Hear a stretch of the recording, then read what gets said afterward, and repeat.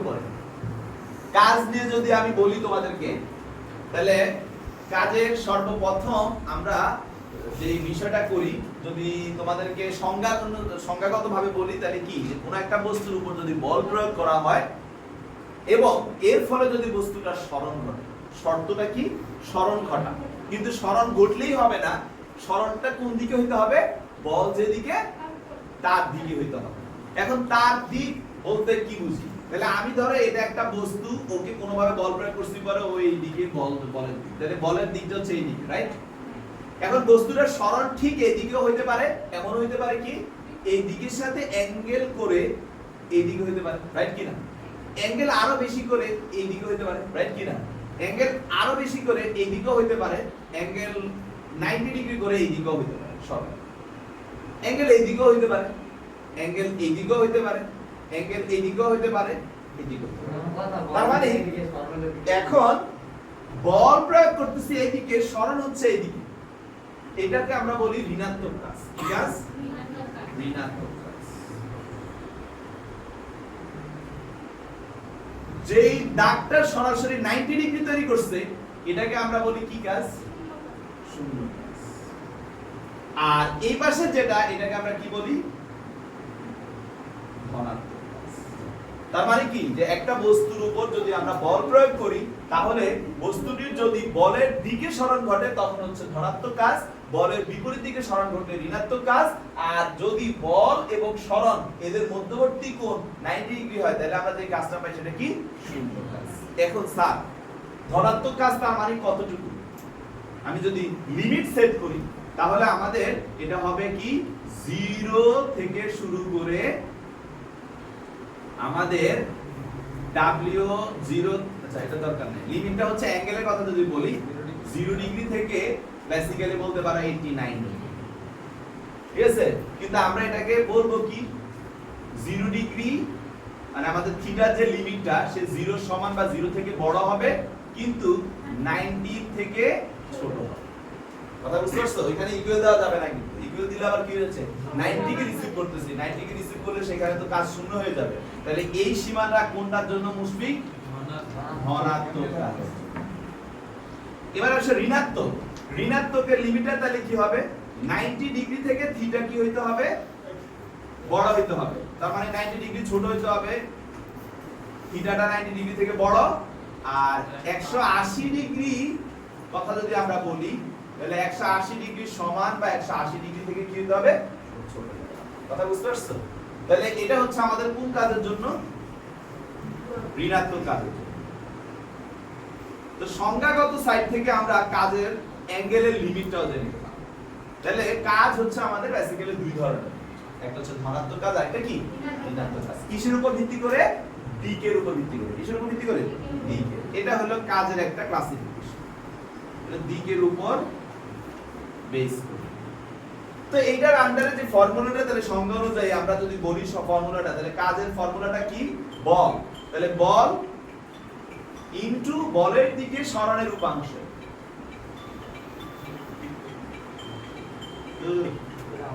মোবাইলটা বন্ধ ছিল। বল এবং বলের দিকে সরণের কি? উপাংশ। এখন সবাই একটু খেয়াল করো, আমি জানি এগুলো তোমরা সব জানো, বাট আমি যেহেতু রিভাইজ করাচ্ছি আমি এগেইন রিপিট করতেছি।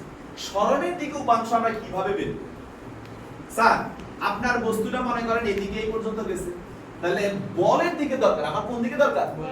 তাই যে পর্যন্ত গেছে সেখান থেকে বলের যে লাইনটা সেটার উপরে লম্ব টানতে হবে, যেখানে ছেদ করবে শুরু থেকে ওই পর্যন্তই হচ্ছে বলের দিকে সরণের উপাংশ। তাহলে এটাই হচ্ছে আমাদের সরণের উপাংশ। তাহলে যদি এইখানে গিয়ে থাকতো, তাহলে এখান থেকে আমরা ডাইরেক্ট লম্ব টানতাম, যেখানে ছেদ করতে শুরু থেকে এইটুকুই হচ্ছে তার সরণের উপাংশ, রাইট কি না? যদি সে এখানে থাকে, তাহলে আমরা এখান থেকে লম্ব টানবো, যেটুকু পাবো এটুকুই হচ্ছে তার সরণের উপাংশ। তাহলে এখানে কি আমি লম্ব টানলে কি আর কোনো পাওয়া যাচ্ছে বলের দিকে? সরাসরি এসে কোন জায়গায় যাচ্ছে? যেখানে ছিল সেখানেই এসে মিলিত হচ্ছে, যার কারণে 90 ডিগ্রিতে আমাদের কাজের পরিমাণ কি? শূন্য। কারণ কি? কারণ বলের দিকে সরণের কোনো প্রকার কি নাই? উপাংশ নাই। উপাংশ জায়গায় যদি 0 হয়, তাহলে বল ইনটু 0, অ্যানসার কি চলে আসবে? 0। ক্লিয়ার থাকতে হবে কনসেপ্ট, ঠিক আছে? তাহলে সূত্র তাহলে কি আসছে? বল F, বলের দিকে সরণের উপাংশ। আমি একটু সাইড করে এটা চিত্রটাকে যদি দেখাই, ব্যাপারটা কিন্তু এইরকম হচ্ছে। তাহলে এটা হচ্ছে আমাদের F, তো f এর আমার দরকার নাই, দরকার সরণের উপাংশ। তো এটা যদি থিটা হয়, এটা যদি s হয়, তাহলে এটা তো সবাই জানো এটা কি অতিভুজ না ত্রিকোণমিতির, আর এটা কি ভূমি। তাহলে অতিভুজ আর ভূমির মধ্যে সম্পর্ক কি cos থিটা না? cos theta is equal to কি ভূমি ডিভাইডেড বাই কি অতিভুজ। তাহলে অতএব ভূমি ইজ ইকুয়াল টু কি আসে বলো তো, অতিভুজ ইনটু cos থিটা। অতিভুজ যদি তোমাদের সরণ হয়ে থাকে দ্যাট ইজ s হয়ে থাকে, আর এটা যদি থিটা হয়ে থাকে, তার মানে বলের দিকে সরণের উপাংশটা কি s cos থিটা। বলের দিকে সরণের উপাংশ কি s cos থিটা। তাহলে আমরা বলের দিকে সরণের উপাংশের জায়গায় লিখব s cos থিটা, যেটা হচ্ছে আমাদের কাজের original formula w Fs cos theta. সবাই তো দেখছি নাকি? ক্লিয়ার হইছে? ফাইন। এখন এই Fs cos থিটা ভেক্টর রূপে যদি চিন্তা করি, কোথায় দেখছি সেটা আমরা যদি একটু চিন্তা করি, ভেক্টর রূপে যদি আমরা দেখি, তাহলে আমরা জানি দুইটা ভেক্টর রাশি, একটা যদি a ভেক্টর আর একটা যদি b ভেক্টর হয়, এদেরকে ডট গুণন করলে তাদের অ্যানসার আসে কি ab cos থিটা, রাইট কি না? তাহলে এই যে ab cos থিটা আর এই যে Fs cos থিটা দুইটা কি সেম জিনিসটা? a হচ্ছে একটা ভেক্টর রাশি, b হচ্ছে একটা ভেক্টর রাশি। বল কি একটা ভেক্টর রাশি না? কারণ আমরা যখন কোনো দিকে বল প্রয়োগ করি, বলের একটা দিক আছে কি নাই? আছে। আমরা সরণ কথাটা মানি তো আমরা ভেক্টর রাশি, কারণ স্কেলার রাশি হলে বলতাম কি দূরত্ব, আর সরণ বলা মানে কি ভেক্টর রাশি। তাহলে বলও ভেক্টর রাশি, সরণও ভেক্টর রাশি, কারণ দিক তো বলে দিচ্ছি। কারণ বলের দিকে আমরা একটা দিক নির্দেশ করে দিচ্ছি না, কোন রাশিকে দিক নির্দেশ করে দেওয়া মানে সেই রাশিটা কি রাশি? ভেক্টর রাশি। তাইলে বল এবং বলের দিকে সরণ, তার মানে এটাও ভেক্টর রাশি, এটাও ভেক্টর রাশি, আর এদের মধ্যবর্তী কোণের cos থিটা, এই জিনিসটার মানেটা কি ভেক্টর রূপে তাকে আমরা কি বলতে পারি? a vector dot s vector. তার মানে অঙ্ক কিন্তু এগুলা দিয়েও থাকে, a vector dot s vector. Clear? আবার আরেকটা কথা, যদি এমন হইতো যে আমি মুশফিককে ধাক্কা দিচ্ছি এদিকে, মুশফিকের সরণও ঠিক একই দিকে হইছে, তাহলে কি কোনো অ্যাঙ্গেল তৈরি হইছে নাকি অ্যাঙ্গেল 0 ডিগ্রি? 0 ডিগ্রি না, কোনো অ্যাঙ্গেল নাই মানে 0 ডিগ্রি। তাহলে 0 ডিগ্রি যদি হয়, তোমরা তো জানো cos 0 ডিগ্রি মান কত? 1। তাহলে সেই ক্ষেত্রে আমাদের w আরেকটা ফর্মুলা Fs, যেটা কিনা শর্ত আছে থিটা কত ডিগ্রি? 0 ডিগ্রি। থিটা যদি 0 ডিগ্রি হয় তাহলে w Fs। আর আপনারা 9 10 এ বেসিক্যালি এটাই শিখতেন, w Fs। বল এবং বলের দিকে সরণের উপাংশ, এই কথাটা হইতো না। আপনারা কি বলতেন? বল এবং সরণের গুণফলকে কাজ বল। সেটা হচ্ছে এই সূত্রের ক্ষেত্রে। বাট এই সূত্রটা রিয়েল ফর্মুলা না, রিয়েল ফর্মুলা হচ্ছে এইটা। ঠিক আছে? এটা থেকে এটাতে আসতে পারবে, কিন্তু এটা থেকে জীবনে কি এটাতে যাওয়া যাবে? যাওয়া যাবে না। তাহলে আমাদের ফিজিক্সে এমন সূত্র শিখতে হবে যেটা থেকে বিভিন্ন শর্তে বাকিগুলো পাওয়া যায়। ওকে? তাহলে এটা হচ্ছে আপনাদের কাজের একেবারে সংজ্ঞা থেকে পাওয়া ফর্মুলাটা। এবং ফর্মুলাটা কি? w Fs cos theta. Vector রূপে যদি বলতে বলি তাহলে কি বলবো? w a vector dot s vector. আর যদি থিটা 0 ডিগ্রি হয় তাহলে w কি Fs। কথা কি বুঝা গেছে? আচ্ছা, এখন আমাদের কাজের এটা শিখলাম দিকের উপর ভিত্তি করে। নেক্সট যেটা শিখবো সেটা হচ্ছে অভিকর্ষীয় ক্ষেত্রীকৃত কাজ। কাজ তো দুই ধরনের হয়ে থাকে, একটা হচ্ছে আমাদের আনুভূমিক বরাবর, আর একটা হচ্ছে উলম্ব বরাবর। উলম্ব বরাবর কাজের ক্ষেত্রে কিন্তু ত্বরণ বলতে স্পেশাল ত্বরণ চলে আসে, সেটা কে আসে? অভিকর্ষ ত্বরণ। তাই ওই ক্ষেত্রীকৃত কাজটার নাম হইছে অভিকর্ষীয় ক্ষেত্রীকৃত কাজ। ওকে, তো আপনাদের লেখা হইলে আমাকে কই দেবেন। তা কাজের একদম বেসিক পার্টটা জানলাম। এবার নেক্সট হচ্ছে যে অভিকর্ষীয় বা মহাকর্ষীয় ক্ষেত্রে যদি অভিকর্ষীয় ক্ষেত্রীকৃত কাজ, যেটা মানে এই খাড়া উপর নিচের ক্ষেত্রে আমরা যদি একটা বস্তুকে উদাহরণ নামানোর কথা বলি, হ্যাঁ, অভিকর্ষীয় ক্ষেত্রীকৃত কাজ সংজ্ঞা অনুযায়ী এটাও একটা পার্ট, অভিকর্ষীয় ক্ষেত্রে কৃত কাজ। আমি স্টেপ বাই স্টেপ শুধু সূত্রগুলো হাইলাইট করব। কৃত কাজ, তো স্যার অভিকর্ষীয় ক্ষেত্রে কৃত কাজ মানে কি? আমি একটা বস্তুকে এভাবে ধরে উপরে উঠাচ্ছি, অথবা উপর থেকে একটা বস্তুকে কি করতেছি? নামাচ্ছি। এই ক্ষেত্রে বল বলতে যে বলটা কাজ করে সেটা কি বল? অভিকর্ষীয় বল মানে আমাদের mg। মূলত প্রভাবক হিসেবে কে কাজ করে? mg। এই বস্তুটাকে ছেড়ে দিলাম, নিচে নামতেছে কার কারণে? mg এর কারণে। উপরে উঠাইতে গেলে আমাদের শক্তিটা লাগতেছে, সেটা কি? বস্তুর নিচের দিকে যে ওজন কাজ করতেছে সেই সমপরিমাণ শক্তি দিয়েই তো তাকে উপরের দিকে তুলে দিতে হচ্ছে। তাইলে এখন অভিকর্ষীয় ক্ষেত্রে কৃত কাজ, তাহলে আমি যদি একটু চিত্র দিকে লক্ষ্য করি, একটা বস্তু এখানে আছে, এই বস্তুটাকে আমি ধরে হাঁটি হাঁটি পা পা করে একটু একটু করে পই পই করে এখানে তুলি। তো কতটুকু উপরে তুললাম? h। তার মানে তার সরণ কতটুকু করছি? h করে। তো আমি যে বলটা দিছি আমার বলের সাপেক্ষে যদি কথা বলি তাহলে ধনাত্মক কাজ, কিন্তু আমি যদি অভিকর্ষীয় বলের সাপেক্ষে কথা বলি, কারণ কি? কারণ অভিকর্ষীয় বল তো সবসময় কোন দিকে কাজ করে? নিচের দিকে। অভিকর্ষীয় বল সবসময় কোন দিকে কাজ করে? নিচে। কিন্তু আমি তাকে উঠাচ্ছি কোন দিকে? তাহলে কি বলের দ্বারা কাজ হলো না বলের বিরুদ্ধে কাজ হলো? বলের বিরুদ্ধে। এই কোশ্চেনটা সবাই জানে, কিন্তু যদি জিজ্ঞেস করি কোন বলের বিরুদ্ধে, তখন তো এটা জানে কোন বলের বিরুদ্ধে কাজ করছে, আমার বলের না অভিকর্ষীয় বলের?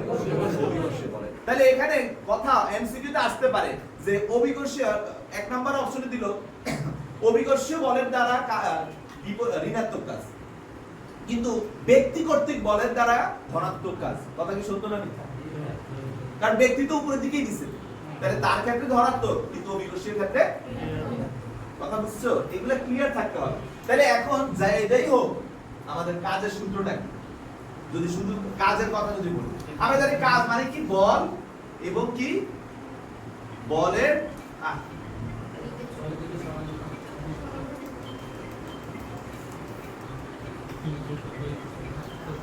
বল এবং বলের দিকে সরণের উপাংশ। আমাদের বলটা কি? ওজন বল, দ্যাট ইজ কি? mg। আর বলের দিকে সরণ পুরো টোটাল কি h না? তার মানে কি হবে? mg। তাহলে অভিকর্ষীয় ক্ষেত্রে কৃত কাজের ফর্মুলা হচ্ছে w mg। এখন লামিয়ার মনে প্রশ্ন জাগতেছে, হ্যাঁ আমরা কি সবসময় খাড়া ভাবে তুলি না? আমরা তো অনেক সময় এইভাবে অ্যাঙ্গেল করে তুলি না? যেমন সিঁড়ি দিয়ে যে আমরা উঠি, এটাকে আমরা খাড়া ভাবে উঠি না, আমরা অ্যাঙ্গেল হয়ে উঠতেছি, নামতেছি, একটা ব্যাগ হাতে নিয়ে উঠতেছি, নামতেছি। তাহলে এই ক্ষেত্রে কাজটা কি হবে? এটা তো হলো খাড়া ভাবে, একেবারে কিভাবে? খাড়া। কিন্তু যদি অ্যাঙ্গেল হয়ে থাকে তখন কৃত কাজের কনসেপ্টটা কি হবে? ওকে, তো অ্যাঙ্গেলের জন্য আমি দুইটা পার্ট বুঝাবো। একটা হচ্ছে আপনাদের প্রশ্নের দিকে ভালো করে লক্ষ্য করতে হবে কোনটা দেয়া আছে, আনুভূমিকের সাথে কোনটা দেয়া আছে, নাকি আপনাদের প্রশ্নে উলম্বের সাথে কোনটা দেয়া আছে। এটা খুব ভালো করে লক্ষ্য করতে হবে। আমি আবারও বলতেছি, কোশ্চেন পড়ে তোমাদের বোঝা লাগবে কোনটা দেওয়া, আনুভূমিকের সাথে দেওয়া না উলম্বের সাথে দেওয়া। ওকে, এখন আসি, আমি যে তোমাদেরকে কিছুক্ষণ আগেও পড়াইছি, এটা হলো বলের দিক, এটা হলো কার দিক?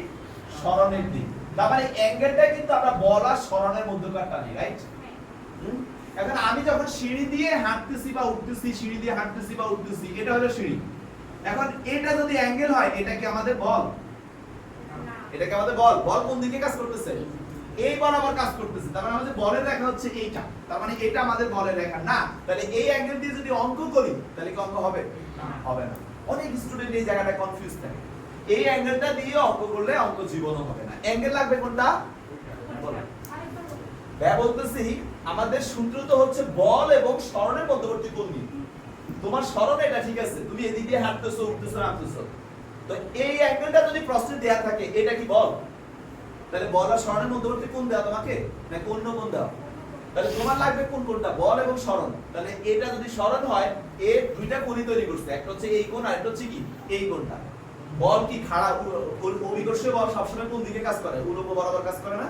তাহলে বল অ্যাকচুয়ালি এই রেখা বরাবর কাজ করতেছে। তার মানে তোমার দরকার হচ্ছে এই কোণ। কথা বুঝতে পারছো? লেখালেখি পরে, ক্লিয়ার হওয়ার পরে। এখন এই কোণটা যদি আমার লাগে, প্রশ্নে যদি এটা দেয়া থাকে, এটা কত ডিগ্রি? এটা কি আমাদের মুখস্থ না? কত? 90। এটা আমাদের 90 ডিগ্রি, এটা আমাদের পুরো মুখস্থ।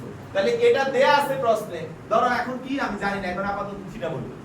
তাহলে 90 থেকে থিটাকে বাদ দিলেই কি আমরা পেয়ে যাব না এই কোণটা? তার মানে এই কোণটা কি হবে? 90 ডিগ্রি মাইনাস থিটা। ঠিক আছে? এটা হলো একটা বিষয়। এখন যদি না, পরীক্ষা হলে প্রশ্ন পড়ে দেখতেছো আনুভূমিকের সাথে না, এটা হলো কার সাথে কোণ দেওয়া? আনুভূমিকের সাথে। আর এটা হলো কার সাথে দেওয়া? উলম্বের সাথে। এখন উলম্বের সাথে দেওয়া মানে এটার সাথে দেওয়া। তাহলে এবার কি লামিয়া তোমার দরকার আছে আর কোন কিছু করার? কারণ তোমার যেই কোণটা দিয়ে অঙ্ক করা দরকার সেটাই দেওয়া আছে। এখানে হচ্ছে যেটা দিয়ে অঙ্ক করবা সেটা দেওয়া নাই, তাই মাইনাস করে আনতে হয়েছে। বাট এখানে কি মাইনাস করা লাগবে?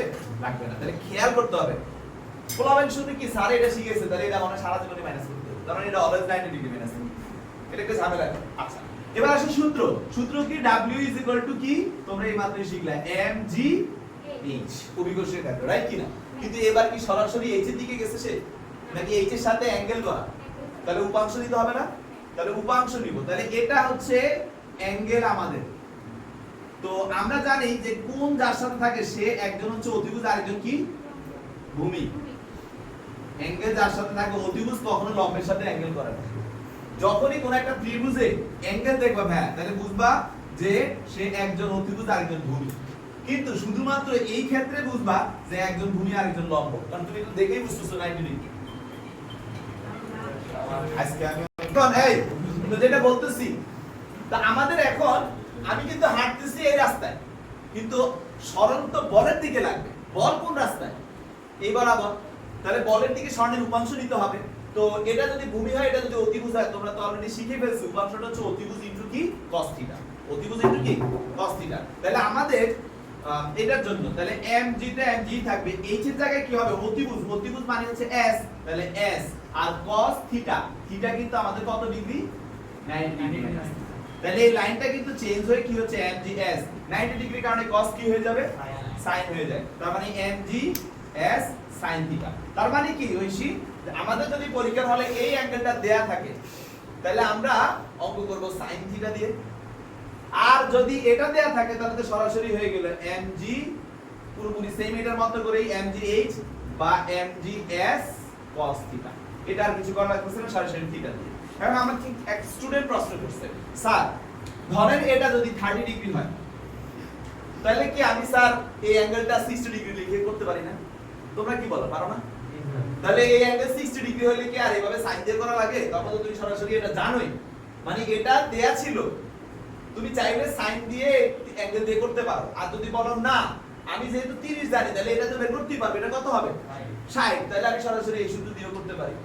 কথা বুঝে গেছে? তাহলে কনসেপ্ট ক্লিয়ার থাকতে হবে তোমাদের। মেইন টার্গেট হচ্ছে আমার এই অ্যাঙ্গেল, এই অ্যাঙ্গেল পাইলে আমার নরমাল সূত্র দিয়ে দেব। ক্লিয়ার? তাহলে যদি এই অ্যাঙ্গেল থাকে তোমরা চাইলে mgs sin θ দিয়ে করতে পারো, অথবা 90 থেকে মাইনাস করে দিলে অবশিষ্ট যেটা থাকে সেটা এই যে না মাইনাস করে তো তোমরা দেখো এই লাইন থেকেই তোমাদের সূত্র চলে আসে। 90 মাইনাস 30 কত? 60। 60 দিয়ে এই লাইন থেকে অঙ্ক করে দিতে পারো। কনসেপ্ট কি ক্লিয়ার হয়েছে?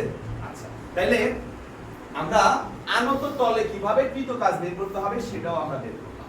অভিকর্ষীয় ক্ষেত্রে বের করলাম, নরমালি বের করলাম। তোমরা কি জানো আমি এতক্ষণ ধরে যে কাজটা বের করছি এটা কিন্তু অ্যাকচুয়ালি বলটা ধ্রুব বলের ক্ষেত্রে, অর্থাৎ বলটা চেঞ্জ না হয়। এতক্ষণ ধরে যে সূত্রটা তোমরা দেখলা বা যা শিখলা এটা হচ্ছে ধ্রুব বলের ক্ষেত্রে কৃত কাজ। কি ধরনের ক্ষেত্রে?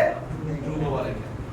এখন এই বল যদি ধ্রুব না থাকে মানে কি স্যার বুঝলাম না, কথাটা একটু বুঝায় বলেন। বল যদি কি না থাকে ধ্রুব মানে কি সর্বদা আমি তানবিরে কি করতেছি 20 নিউটন বলেই মারতেছি, তার মানে 1 ঘন্টা ধরে 20 নিউটনই মারছি, তাহলে 1 ঘন্টা যাবত যে বলটা প্রয়োগ হয়েছে এটার কি মান চেঞ্জ হয়েছে? যদি কখনো কোনো বলের মান চেঞ্জ না হয় তখন সেই বলটাকে আমরা বলি ধ্রুব বল। কিন্তু আমি প্রথমে দিছি 20, তারপরে 10, তারপরে আবার 5, তারপরে আবার 30, তারপরে 40, তারপরে কি প্রতি সেকেন্ডেই বলের মান কি হচ্ছে? চেঞ্জ হচ্ছে। তাহলে সেই বলটাকে আমরা ধ্রুব বলি না, তখন তাকে কি বলা হয়? পরিবর্তনশীল বল। এটাও তো আছে নাকি নাই? বাস্তবে এটা আছে না? আছে কি নাই? না না এখানে 9.8 থাকবে। 9.8 থাকবে। এইজন্যই তো এটা ফিক্সড। এইজন্যই তো বলটা ধ্রুব। আচ্ছা এখন আমার কথা শুনো, তাহলে বল চেঞ্জ হয় এবং এর ফলে কাজও হচ্ছে এমন অনেক কিছু আমাদের বাস্তব জগতে আছে। এক নম্বরে एग्जांपल হিসেবে যদি বলি, স্প্রিং কে আমি যখন প্রসারণ করি বা সংকোচন করি সেই ক্ষেত্রে সব সময় বলের মান একরকম থাকে না। তার মানে স্প্রিং এর সংকোচন প্রসারণ করার ফলে যে কাজটা হয় সেটা কিন্তু ধ্রুব বলের দ্বারা না, সেটা কি ধরনের বলের দ্বারা? পরিবর্তনশীল বলের দ্বারা। আবার আমার একটা রকেটকে আমি মহাকাশে যাওয়ার জন্য পাঠাচ্ছি, মানে মহাকর্ষীয় ক্ষেত্রে যে বলটা কাজ করবে, মহাকাশে যাওয়ার জন্য পাঠাচ্ছি। রকেট যখন একটু উপরে উঠবে তখন জি কি তাকে বাধা দিবে না? বাধা দিয়ে তার গতি কি কিছুটা কমাবে না? আরেকটু উপরে উঠবে আবার বাধা দিবে, কমাবে। তার মানে কি তার গতির মানটা এক এক সময় কি এক এক রকম হওয়ার কথা কি হয় তো। তাহলে মহাকর্ষের ক্ষেত্রে বা মহাকর্ষীয় বলের ক্ষেত্রে আমি যদি বলি, তোমরা কিন্তু সূত্র শিখছো যে একটা বস্তু থেকে আরেকটা বস্তু যদি পরস্পর d দূরে অবস্থান করে তাহলে তার বলটা হচ্ছে বস্তুটার ভরের গুণফলের সমানুপাতিক, রাইট কি না? আর কি মধ্যবর্তী দূরত্বের বর্গের ব্যস্তানুপাতিক। এই কথাটা মানিটা কি? যে দূরত্ব যত বাড়তে থাকবে বলের মান তত কমতে থাকবে, দূরত্ব যত বাড়তে থাকবে বলের মান তত কমতে থাকবে। তার মানে কি বস্তুটা এখানে আছে, এখন যে বল এখানে কি সেম বল পাবে? এখানে কি সেম বল পাবে? এখানে সেম বল পাবে। তার মানে যত ডিসটেন্স বাড়তেছে বলের মানটা চেঞ্জ হয়ে যাচ্ছে। তাহলে এই বলটা মহাকর্ষীয় বল, এটা কি ধ্রুব বল না পরিবর্তনশীল বল?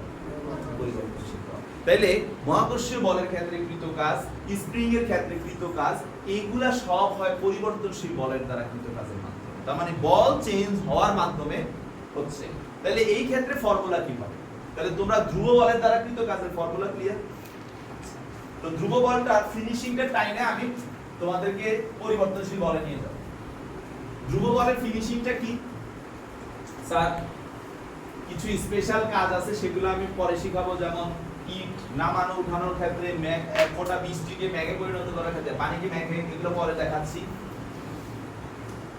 তোমাদেরকে গ্রাফ দিবে অনেক সময় কৃত কাজ বের করার জন্য, সবাই একটু খেয়াল করো, কারণ পরিবর্তনশীলের আগে আমার গ্রাফ বোঝানো হবে। এই গ্রাফটায় তোমরা যদি একটু খেয়াল করো, W হচ্ছে Fs, F একটা রাশি, S একটা রাশি, এদের গুণফলের দ্বারা আরেকটা রাশি আসতেছে। এরকম কিন্তু আমাদের জ্যামিতিতে আছে। ধরো আমি যদি এখন এদিকে তোমার F কে শো করি আর এদিকে তোমার S কে শো করি, x অক্ষ বরাবর S, y অক্ষ বরাবর কি F, এটা কি ঠিক হয়েছে না ভুল হয়েছে?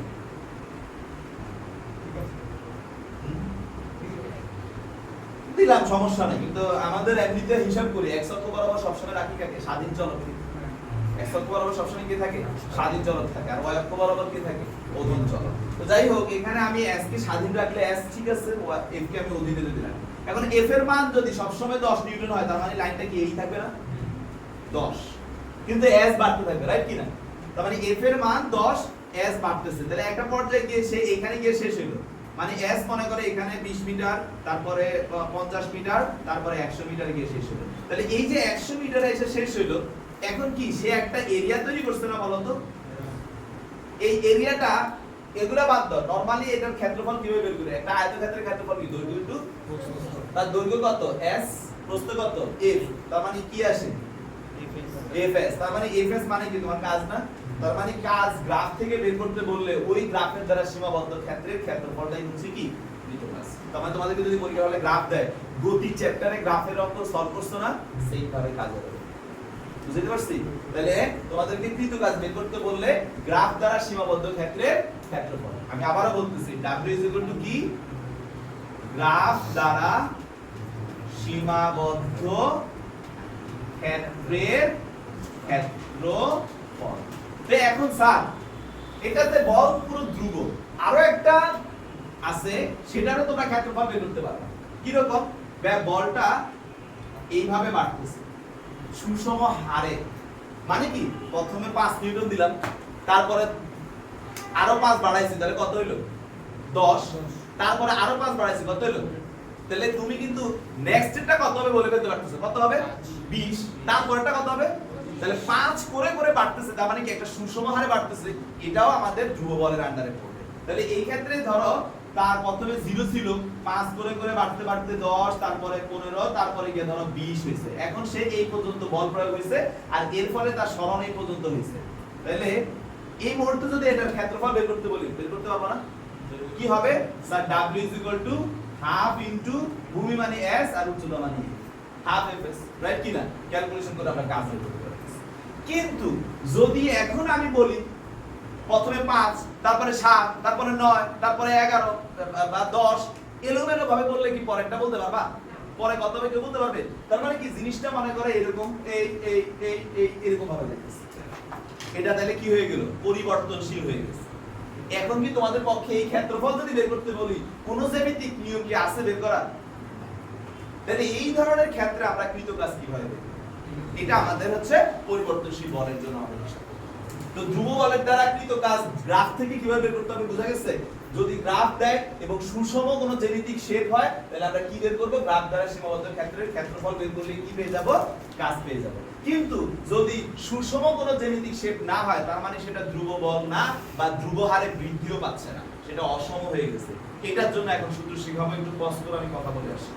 পরিবর্তনশীল বল আছে বোর্ডের দিকে, বোর্ডের দিকে। ওকে, কাজের ধ্রুব বলের দ্বারা কৃত কাজের পুরো পার্ট দেখাইলাম। কিছু স্পেশাল জিনিস আছে পরে দেখাবো। আচ্ছা, এবার হচ্ছে পরিবর্তনশীল বল।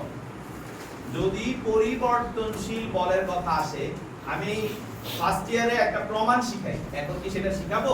জীবনেও না। এখন জাস্ট লিখে দিই। প্রমাণটা হচ্ছে কি, জাস্ট চিত্রটা একটু বলতে পারি যে একটা পরিবর্তনশীল বল, ধরো একটা বল এইভাবে গেছে, এটা কি চেঞ্জ হইছে না? রেখাটা কি নিয়মিত না অনিয়মিত? এইদিকে দেখতেছি বাড়তেছে বাড়তেছে, আবার কমতেছে কমতেছে কমতেছে, অনেক কমে আবার বাড়া শুরু করছে, তার মানে এক এক সময় এক এক রকম। তো এই ধরনের সিচুয়েশন গুলোর ক্ষেত্রে আমার যেহেতু ক্ষেত্রফল বের করতে হবে, তো আমাদের স্যার আইজাক নিউটন একটা পদ্ধতি আবিষ্কার করে দিয়েছে, সেটা হচ্ছে এদেরকে খুব ছোট ছোট ভাগে বিভক্ত করা। কি করা? ছোট ছোট ভাগে বিভক্ত করা একটা পদ্ধতি। তো আমার শুরুটা কোথা থেকে? এইখান থেকে, রাইট মুশফিক? শেষ কোথায়? এখানে। এর মাঝের এই অংশগুলোকে খুবই ছোট, ডেল এক্স, কত ছোট? ডেল এক্স, যেখানে একটা লিমিট দিয়ে দিচ্ছেন উনি। লিমিটটা কি, যে এই ডেল এক্স এর মানটা অবশ্যই কার কাছাকাছি হতে হবে? তার মানে কত ছোট, জিরোর কাছাকাছি একটা মান, মানে কিন্তু প্রায় নাই বললেই চলে, এত চিকন। হ্যাঁ, এত ছোট। এত ছোট ছোট ভাগে বিভক্ত করে তাদেরকে ক্ষুদ্র একটা অংশের জন্য কাজ বের করতে বলা হয়েছে, যেটা হবে ডিডব্লিউ। কারণ অল্প একটু সরণের জন্য কাজ কি বেশি হবে না অল্প হবে? তার মানে ডিডব্লিউ, যার ফর্মুলা হচ্ছে এফ ইনটু কি এক্স। তার মানে এই যে খুব ক্ষুদ্র সরণটুকু, এই যে এই সরণটুকু, আল্লাহরে দেখা যায় কিনা পিছন থেকে জানি না, যে এই যে এই সরণটুকু এত অল্প সরণের জন্য কৃত কাজের ফর্মুলা কি? DW is equal to FD. তাহলে এইটা কি অসংখ্য এরকম ক্ষুদ্র ক্ষুদ্র ক্ষুদ্র ক্ষুদ্র করে বিভক্ত করছে। তাহলে এই একটার কাজ জানার পরে এইরকম সবগুলা কাজকে একত্র করলে কি টোটাল কাজ পেয়ে যাব না? তাহলে সবগুলা কাজকে একত্র করার জন্য ফর্মুলা কি স্যার? আমরা ছোটবেলায় যেটা শিখছি, W1 W2 W3 W4 W5 dot dot dot dot dot dot W কি n সংখ্যক, আমরা জানি না কত। এবার এটাকে সলভ করার সূত্র কি ছিল? সামেশন দিয়া এখানে k ব্যবহার করে কত, n কত, k কত, একটা ফর্মুলা আমরা ডেভেলপ করতাম, রাইট কি না? এটা অনেক জটিল হয়ে যাচ্ছে। তাই আমাদের স্যার আইজাক নিউটন উনি কি করলো? এই জিনিসটাকে নতুন একটা রূপ দান করছে, সেটা হচ্ছে টোটাল কাজকে বের করার জন্য আমরা কোথা থেকে শুরু হইছে? x1 থেকে। এটা হবে নিচে, কোথায় গিয়ে শেষ হইছে? x2 তে। এটা হবে উপরে, এটার আন্ডারে যে ছোট কাজ, অর্থাৎ একটা কাজ বের করতে পারলে সেটাকে ইন্টিগ্রেশন করলে, লোয়ার লিমিট এবং আপার লিমিটের আন্ডারে ইন্টিগ্রেশন করলেই আমরা পেয়ে যাব টোটাল কাজ। কথা বুঝতে পারছো? তার মানে পরিবর্তনশীল বলের দ্বারা কৃত কাজের ফর্মুলা হচ্ছে W x1 x2 f dx, যেখানে f টা হচ্ছে কি বল? পরিবর্তনশীল। মনে থাকবে? তাহলে এই হচ্ছে পরিবর্তনশীল বলের জন্য ফর্মুলা। এখন কথা হলো, এখন কথা হলো যে পরীক্ষার হলে আমি আপনাদেরকে একটা f এর রাশি দিয়ে দিলাম, যে একটা f এই হারে যাচ্ছে। তখন বললাম তার কৃত কাজ বের করার জন্য একটা পরিবর্তনশীল বল হয়, ইন্টিগ্রেশন ফর্মুলা অ্যাপ্লাই করব, এত থেকে এতর মধ্যে বলে দিতে হবে। কিন্তু যদি বলি একটা স্প্রিং কে সংকোচন করতেছি, এখন স্প্রিং এর ক্ষেত্রে যে কাজটা হয়, স্প্রিং এর প্রতিনিয়ত বলের মান চেঞ্জ হতে থাকে। তার মানে স্প্রিং এর উপর যে বলটা বা স্প্রিং বল, এটা একটা কি বল? পরিবর্তনশীল বল।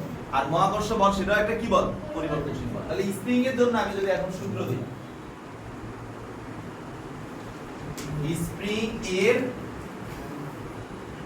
সংকোচন ও প্রসারণে কৃত কাজ, জানেন রেকর্ড হচ্ছে তো নাকি? আচ্ছা, স্প্রিং সংকোচন প্রসারণে কৃত কাজ তো আমি এখানে দেখাচ্ছি। ধরো একটা স্প্রিং নরমালি হচ্ছে এটা, তাকে সংকোচন করলে সে এরকম হয়ে যাবে, আর তাকে প্রসারণ করলে এরকম হয়ে যাবে। ওকে, তো যদি এই কেসের ক্ষেত্রে বলি, তাহলে কতটুকু সংকোচন করা হয়েছে? এতটুকু না? তার আগের পজিশন ধরো এটা x1, এটা কি x2। আবার এটার ক্ষেত্রে বললে তার নরমাল পজিশন হচ্ছে এটা, তার মানে এটা x1 আর এটা ফাইনাল পজিশন, এটা কি হবে? x2। তাহলে প্রসারণ কতটুকু করছি? এইটুকু। কি বুঝলি? সংকোচন এইটুকু, প্রসারণ এইটুকু, যেটাই বলে x1 থেকে x2 তে পরিণত করছি, x1 থেকে x2 তে। যেহেতু স্প্রিং একটা পরিবর্তনশীল বল, তাহলে তার কৃত কাজ বের করার জন্য ফর্মুলা কি? W sir f dx। এখানে আমরা স্প্রিং বল বসাবো। কি বল বসাবো? সকল স্টুডেন্ট আপাতত এগুলো তো প্রমাণ দেখানোর টাইম না, কারণ এখন রিভাইজ। স্প্রিং বলের সূত্র কি বলতো? f মাইনাস মাইনাস হচ্ছে স্প্রিং এর প্রত্যয়নী বল, কিন্তু আমি স্প্রিং কে সংকোচন প্রসারণ করার জন্য যে বল দিই সেটার কথা হচ্ছে প্লাস, আমার বলটা হচ্ছে কি প্লাস, তাহলে এই স্প্রিং বল F = কি kx। তো এই যে kx কারেন্টটা স্পিড বারবার যাচ্ছে, গরমের দিনে কারেন্ট এভাবে গেলে হয়, তার আপনারও আমাদের কষ্ট করছেন এই সিলভি মোটর লাগলে কি কই দিতা এসি ওরা ঝামেলা। F = kx, এই যে kx এটাকেই যদি আমি এই ফর্মুলাতে বসাই, কারণ স্পিড পরিবর্তনশীল বল তো পাইছি, বসাইলে তোমরা সবাই জানো ফর্মুলাটা কি আসে বলো তো,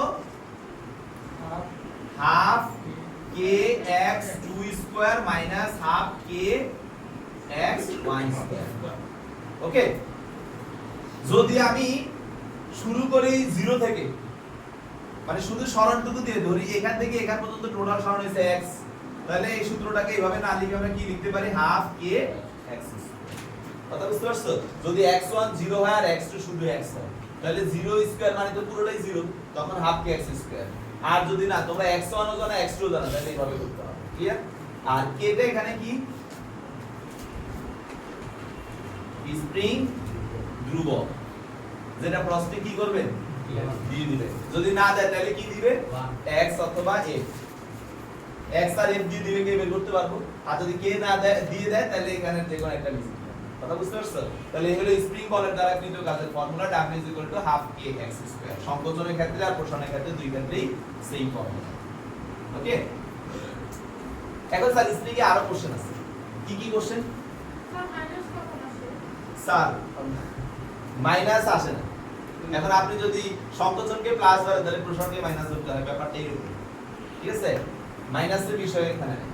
আর আরেকটা বিষয়, যদি আমি আপনাকে প্রশ্ন করি স্প্রিং সংকোচন প্রসারণে কৃত কাজ, তাহলে আপনার এটাই, কিন্তু যদি বলি যে স্প্রিং এর কৃত কাজ, মানে স্প্রিং নিজে যে কাজটা করতেছে সেটা হবে কি মাইনাস, কারণ স্প্রিং এর যে বলটা দেয় ওটা স্প্রিং যে কাজটা করতেছে, স্প্রিং এর বলটা হচ্ছে স্প্রিং নিজে করলে মাইনাস kx, আর তুমি স্প্রিং এর উপর করলে প্লাস kx।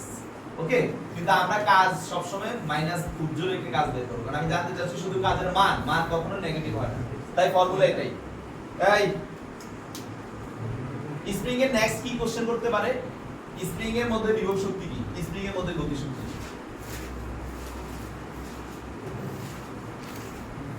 স্প্রিং এর বিভব শক্তি, স্প্রিং এর গতি শক্তি সম্ভাবনা করাই দিলেন, ওটা তো পরে আসতেছে, অন্য সেমিনার। আপনি তো কইলেন স্প্রিং দা কি করতে পারে লেগে দিলাম। আচ্ছা, ও মানে তুমি আরেকটা বলছো, ওটা তো আসতেছে, ওটা তো এখন টাইম। এই স্প্রিংটাকে যে আমি সংকোচন করছি, ওর মধ্যে কি শক্তি জমা হয় নাই? হ্যাঁ, একটা স্প্রিং এ চাপ দিয়ে ধরে রাখো, ছেড়ে দিলে কি হয়? কেন? তার মধ্যে একটা শক্তি জমা করছি, তাহলে কতটুকু শক্তি জমা হয়, ঠিক যতটুকু চাপ দেই না, নাকি এর বেশি জমা হবে? তার মানে কি স্প্রিং এ যদি বলে সঞ্চিত বিভব শক্তি কত, সেটাও এই শক্তি, তাহলে স্প্রিং এর সঞ্চিত বিভব শক্তিও হাফ kx স্কয়ার। এখন তুমি যখন ছেড়ে দিচ্ছ, এই শক্তিটাই কিসের রূপান্তর হচ্ছে, গতিতে রূপান্তর হচ্ছে, তার মানে স্প্রিং এর গতি শক্তি কি sir, half mv square = half kx square. Spring এর গতি শক্তি সূত্র কি হবে, মানে এই হাফ kx স্কয়ার পুরোটাই কিসে পরিণত হবে, হাফ mv স্কয়ার। তাহলে আমরা কি গতি শক্তির সাথে এটা কিভাবে করব, half mv square = half kx square. এখন পরীক্ষা হলে কিন্তু কোশ্চেন এইভাবে আসে না, বলে কি যে স্প্রিংটাকে সংকোচন করা হলো, এবার ছেড়ে দিলে স্প্রিংটি গিয়ে একটি বলকে আঘাত করছে, বলের ব্যাগ কত, কিভাবে বের করব? এই যে সম্পূর্ণ স্প্রিং এর গতি শক্তিকে মানে বলে এই গতি শক্তিটা কে দিয়েছে, স্প্রিং এর ওই শক্তি, তাহলে স্প্রিং এর শক্তি বলের গতি শক্তি, তার মানে half kx square half mv square. Clear? এগুলো ম্যাথ প্র্যাকটিস করলে তোমরা মাথায় কাজ করবে, এমনি ভাইয়ের কাছ থেকে শুনতেছো, পরে ভাবতেছো পরীক্ষা হলে বমি করে দিতে পারবা, এত সহজ না। প্র্যাকটিস, হ্যাঁ দেওয়া নাই, আমি লিসেনিং প্র্যাকটিস করতে পারিনি, বাস খাইছি, ভাবছি তো অনেক কিছু করলাম, ঠিক আছে? আজকে শেষ এই কইছি আমি তোরে শেষ, হ্যাঁ স্প্রিং শেষ করব। আপনারা অনেক দিন পরে এলেন, আজকে তো কম অনেক ভালো স্যার, একটু গল্প হ্যাঁ তুমি সাড়েঘাট গেছো, তোমারে খাওয়াইছো না, তোমারে খাওয়াইছে। তাহলে স্প্রিং এর সঞ্চিত বিভব শক্তির সূত্র কি, ওই হাফ kx স্কয়ার। স্প্রিং যখন সংকোচন বা প্রসারণের পরে ছেড়ে দেওয়া হয়, তখন তার যে গতি শক্তির সৃষ্টি হয়, বা সে গিয়ে কোনো বস্তুকে আঘাত করলে ওই বস্তুর মধ্যে যে গতিশক্তি সৃষ্টি হয় সেই ক্ষেত্রে ফর্মুলা কি হবে half kx square half mv square clear এখন সমস্যা হইল যে এই স্প্রিং টিচাররা মাঝে মাঝে এইভাবে ধরায় দেয় কয়টা স্প্রিং এটা দুইটা আবার মাঝে মাঝে এমনও ধরায় দেয়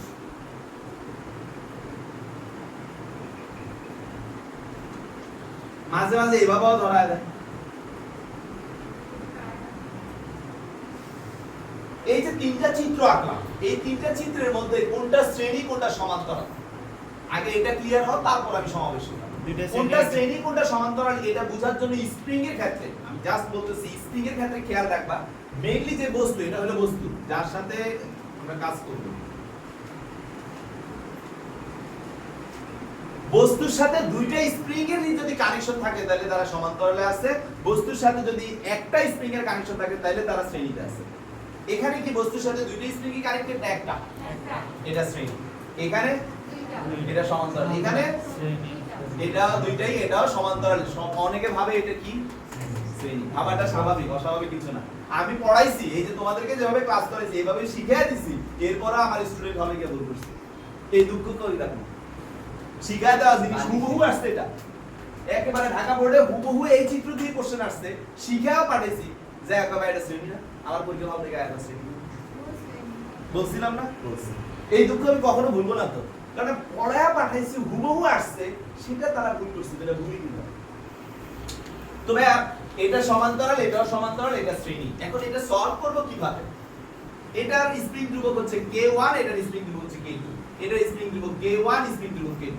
k1 k2 তাহলে এখন এটার যদি আমরা শ্রেণীর ক্ষেত্রে করি তোমরা সবাই কিন্তু কারেন্টের রোধ সবাই খুব ভালো পারো কারেন্টের ক্ষেত্রে রোধের শ্রেণী সূত্র হচ্ছে Rs R1 R2 R3 এরকম না স্প্রিং এ হবে তার উল্টাটা মানে প্যারালালেরটা হবে স্প্রিং তার মানে স্প্রিং এ শ্রেণীর ক্ষেত্রে তুল্য স্প্রিং ধ্রুবক Ks হচ্ছে 1/k1 1/k তার মানে মাথায় রাখবা রোধের উল্টা এই কথাটা মাথায় রাখলে সূত্র ভুল হবে না কিসের উল্টা রোধের উল্টা আর প্যারালালের ক্ষেত্রে কি হবে Kp k1 k2 Kp k1 ওকে এই হলো স্প্রিং সমবায় দেখাইলাম তোমাদের